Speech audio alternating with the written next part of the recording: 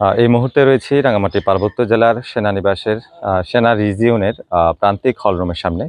তো আ আপনারা জানেন যে এই হলরুমে আজকে ৩ উপদেষ্টার নেতৃত্বে একটি বৈঠক অনুষ্ঠিত হচ্ছে। পার্বত্য অঞ্চলে যে উদ্ভূত পরিস্থিতির সৃষ্টি হয়েছে, তার ধারাবাহিকতায় গতকাল রাঙামাটিতে একটি সাম্প্রদায়িক সংঘাতের ঘটনা ঘটেছিল।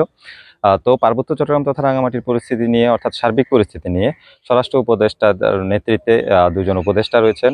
অর্থাৎ মোট ৩ জন উপদেষ্টা সহ আইনশৃঙ্খলা বাহিনীর ঊর্ধ্বতন কর্মকর্তারা এবং রাঙামাটিতে বিভিন্ন সম্প্রদায়ের যে নেতৃবৃন্দরা রয়েছেন তারা এখানে আজকে বৈঠকে বসেছেন। তো বৈঠক শেষে তারা সাংবাদিকদের সাথে কথা বলবেন, কি বিষয়ে আসলে কথা হয়েছে, আলোচনা হয়েছে, কি সিদ্ধান্ত হয়েছে। তো এখনো বৈঠক চলছে ভিতরে। তো একটি বিষয় হচ্ছে রাঙামাটির পরিস্থিতি এখন আমরা বলতে পারি গতকালকে থেকে ১৪৪ ধারা জারি করা হয়েছিল এবং এখানে পরিবহন ধর্মঘট চলছে। পরিস্থিতি কিছুটা এখন থমথমে। মানুষের মধ্যে উৎকণ্ঠা রয়েছে আসলে কখন কি হয়। সবাই একটা ভয় এবং আতঙ্কের মধ্যে দিয়ে দিন কাটাচ্ছে। তো এই বৈঠক থেকে সবাই ধারণা করছে যে গুরুত্বপূর্ণ সিদ্ধান্ত হয়তো আসতে পারে পরিস্থিতি নিয়ন্ত্রণের জন্য। তো বৈঠক শেষে আমরা আবারও যুক্ত হব, আপনাদেরকে জানাবো সর্বশেষ তথ্য।